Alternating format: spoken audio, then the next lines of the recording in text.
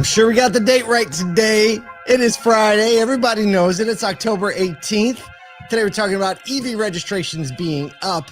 The super, super cool skin that Rivian added to their interface. Ooh, it's real good. A little full self-driving story with a little personal experience over the last 24 hours. I'm excited for that, you know?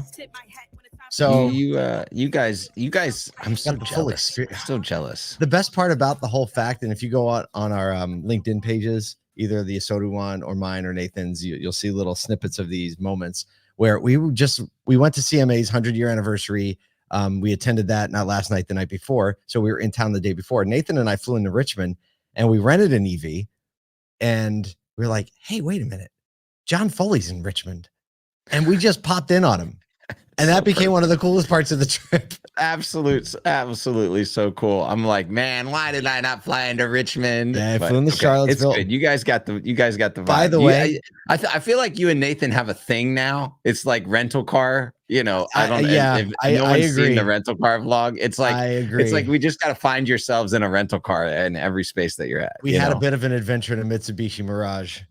That was pretty good. And by the way, if you want to connect. What were we trying to do? We were trying to connect Bluetooth what were we doing that you couldn't do when the car was in motion? Do you remember, Nathan? In the Mitsubishi? Yeah, couldn't activate CarPlay? Yeah, you can activate CarPlay in the Mitsubishi if it was in drive. Right, but it's not like it was like we were trying to connect it via Bluetooth. Literally, we plugged it in with a cable. Yeah, it was right. Yeah. Oh, and it was just like, no. You can't do this right now. Oh, yeah. So in the vlog, we literally are on the highway and I'm like, I'm doing it. So I just like pull over to the side. I slowed down as fast as I could. We're like, press the button, press. And then we floored it like on under the Mirage. 12 miles an hour. It's like, go. It took us about 12 seconds to get to 60. Maybe more. It was real bad. Maybe more. So Super struggle bus. People are looking for those inexpensive vehicles, Paul. Well, that's great. Let them have their just make sure vehicle. that's part of the service. Just make sure you connect your CarPlay with a cable prior to starting driving. Although Kia, I do have to say Kia, you need to enable CarPlay over a USB-C cable.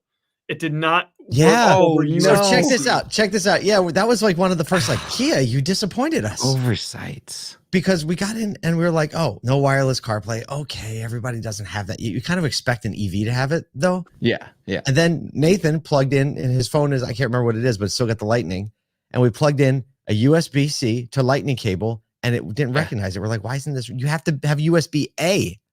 And go to the different outlet to the other one. Just so you know, there's like 3 manufacturers that I've found recently that do the same exact thing. Like they have the USB-C for charging somewhere, but that one isn't connected. It's just got the little lightning bolt. I don't know who listens to us anyway. But look, maybe we should start that blog, and it's actually a lot of fun when you know you're making content and problems happen. It takes a little of the sting out of the problem. You're like, at least we can commiserate with people.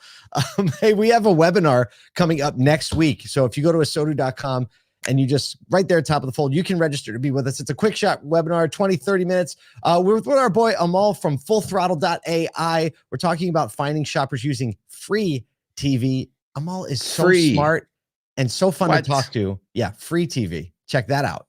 Obviously, they're always doing great things at Full Throttle and Stream. Amal is always ahead of the curve. So we know it's going to be a great conversation, and you're going to learn a few things that you'll probably deploy right away. You can ask questions in the comments. You can be there, and you can just say you were there. It's just the best part of the deal. Hey, by the way, ASOTUCon 2025, just go to ASOTUCon.com, register for the first to know list, because that's all we have going right now. And there are probably hundreds of people on this list right now. And when we start dripping information, they will be the first. They will get the biggest discounts, and they will know what's happening, even though it's 6 months away. It's not too early. By the way, grab your calendar, circle the week after Mother's Day.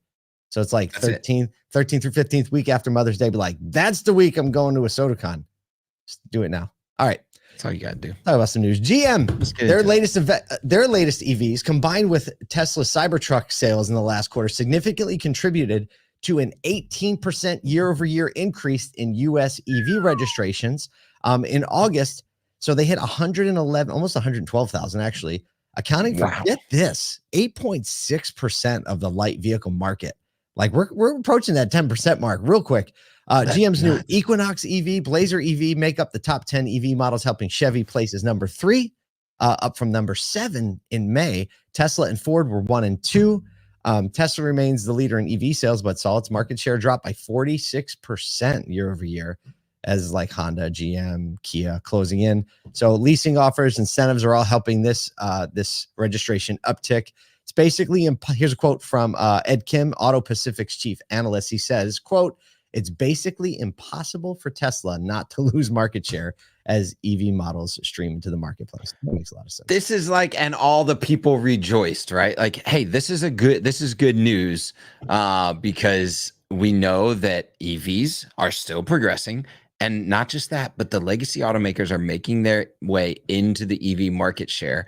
The questions still remain about, can we be profitable both at the OEM and the dealer level on these things? Hey, look, welcome to new products. It's just something that we haven't seen, at this type of newness in our industry for a long time. But like every time the new OLED TV comes out, all those manufacturers and the Best Buys all lose money on them until they get price parity, right? So just hang tight. I bet there'll be a time where we get some price parity, the scale, the manufacturing all makes sense. But this is a fun story for the old legacy OEMs today. If you go to the podcast and you click on the show notes, in this first story, there's a link and it has a chart like that goes number 1 all the way down to the bottom. And it's pretty interesting to see how many manufacturers are making EVs. And the funny part is, I was like, who's at the bottom? At the very bottom is Dodge. Yes. And they literally had 1. What's really sad about that is that Fisker beat Dodge. I mean, come on, Dodge. Jeep had 2. Like, is that really true? There was only 1 Dodge registration? Like 1? I wonder who sold that. Hey, if you're the dealer that sold that one, let us know. Call it out. We're going to have you on the show. That's wild. I mean it. Speaking of wild. All right. So while we were visiting John Foley at Recharge, there were 2 Cybertrucks on the lot. He said, "Have you ever driven one?" I was like, "Nope." He goes, "Do you want to drive one?" I was like, "Yep." And so the 3 of us got in the Cybertruck, and this one just had the newest full self-drive update that operates just on kind of the visibility, vis only, or whatever they're calling it. So yeah, we had to activate it. Yes, we had to drive. There was a dude spinning like the pizza box sign on the side. And I was like, oh, what's it going to do with him? And it was boring. I was like, if it animated him on the screen, when it shows everybody. That would be so smart. That would have been next level. Little Easter eggs. The National Highway Traffic. The guy flipping. It's like all the Tesla, Cybertruck owners are just trying to find that. And find that guy so they can film the screen. Well, the National Highway Traffic and Safety Administration has opened an investigation into 2.4 million Tesla vehicles equipped with full self-driving software after reported crashes in low visibility conditions. The probe involves Tesla models from 2016 to 2024. Involving the Model S, X, 3Y, and the Cybertruck, probably the one we were in. Crashes occurred under conditions like sun glare, fog, airborne dust, with one fatal crash involving a pedestrian. Tesla has a camera-only approach to full self-driving compared to rivals who have radar and LiDAR. The investigation is adding pressure on Tesla as they focus on this self-driving technology. All the robo-taxi and cybercab conversations have been having. They have not commented on the investigation. Which naturally, why would you comment on an investigation like this? But it makes total sense to me in like fog and airborne dust, obviously because of cameras. But like the sun glare one, that one caught me off guard. Although when you start to think about it and what a camera does, actually, my daughter last night was like, "Why when I try to take a picture of the sun with my little like digital camera, there's a black dot on it?" I'm like, "Because you're burning the retina of the thing, right?" And so it actually makes more sense than I would have thought. It seems like, the combination of camera, radar, and LiDAR aligning that is probably going to be the way to go. Whoever figures it out first. But, at least you were driving on a nice, partly sunny day. And you did fine. And kind of people in the comments when I posted on, were like, you were just kind of driving in a straight line. Like, that's true. We did a couple of turns, but I would be. It was, it's unnerving. It's a little unnerving. It's unnerving. Sure. I'm sure you get used to it. One of the reasons Elon has gone this way of camera only, because he says, well, if humans can drive with only their eyes, then the car should be able to drive with only its eyes. Interesting. Right. And he does that. He's very cost conscious. Like, how do we make these more affordable, more replicable, and LiDAR and radar complicate that versus building like just what humans do. Now, granted, you just got to give him some sunglasses. You know, I mean, the full self-drive, they have one fatality involving a pedestrian. And like, obviously, if you're talking about human drivers that drive with only their eyes, there are many more than one fatality involving a pedestrian. However, when you're giving control of the car over to a computer, who's the fault lie on? It's the fault lie on, but like it's going to be very difficult to convince anyone that anything more than 0 is acceptable if a computer is doing it. But that's never going to be possible if it's only, I mean, I live in upstate New York, so there's like 4 months out of the year. Well, that's just not going to work. It's just not going to work. Like you can't see, you need wipers. Everything's a mess. So I don't know, but in certain areas, I'm sure it'll do great. Yeah. Areas where there's like no sun or fog or dust. Well, that's not San Francisco. That's for sure. You know what I mean? Like none of those places. I know. I mean, we laugh, but they're trying to solve really hard problems. They're trying to. We're just big, on the side problems. Here. Like, you know what you should have done. We're just over here in our, fancy little offices with lights and cameras. Yeah. Hey, I was impressed with full self-drive, just for the record. I was impressed. Good. Speaking of being impressed. Yes. We were really impressed with this one. We wanted to talk about this one first. This one's great. Rivian is bringing some Halloween fun to its R1 vehicles with a set of, quote, car costumes, allowing the owners to transform their EVs into iconic movie rides or spooky themed designs. They can choose from things like Knight Rider kit, the Back to the Future time machine, or a haunted Rivian costume. Basically what happens is there's themed lighting, sound effects, interactive display changes to like the large display that they have that all center around those different types of vehicles or vibes. The themed modes also include ghostly reskins for drive modes, zombies on pedestrian sensors, and spooky sounds. Their fun-filled update goes live today, offering a little bit of a whimsical break from the usual serious auto industry. I love the actual article is hilarious. This guy is just like angry that automakers are no fun, and then he's like, "But Rivian is not doing that." I mean, Tesla had some fun stuff, but Rivian, this one is just next level.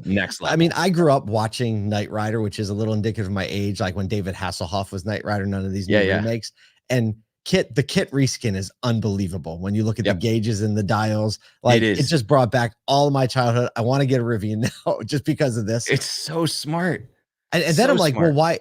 What's the next step between like just skins becoming a part of an ecosystem? Right? Like can you imagine? It's going to happen just like your phone, right? Like, how should it look? Like, why shouldn't I have options? Why should? Now, granted, if it's your car, I understand like having to have this thing where everything generally stays in the same place and is easy to read. Because when you're talking about speedometers and safety things, you don't want things moving around or being hard to identify. You know what I mean? Like the consistency there. But I'm super excited that and in the article, they had one of the pictures of one of the little Easter eggs, and it was someone on a bike. And they were riding, but they were holding like a pumpkin as their head, like the headless horseman. It was so funny. It's so good. It's unbelievable. Like this is absolutely what has to happen when you bring this level of technology. It's what an iPhone can do. It's what any of our other technology can do. You can skin and personalize it. Personalization is the game. And man, and then think about like transferring that to the new car. Like, do you want to transfer your skins? Right? It's genius. I mean, and it doesn't need to be an EV to do this right now that all the dashes are tech driven and like love digital. And I can't remember who said it, but they basically they were a teacher and they said, when in doubt, entertain. That's good. It applies. You don't know how to make it. Just make everybody laugh. They'll love you to death. Look, we hope you have an amazing Friday. Go care about some people. Have a little bit of fun. And we'll see you back here with the podcast tomorrow morning.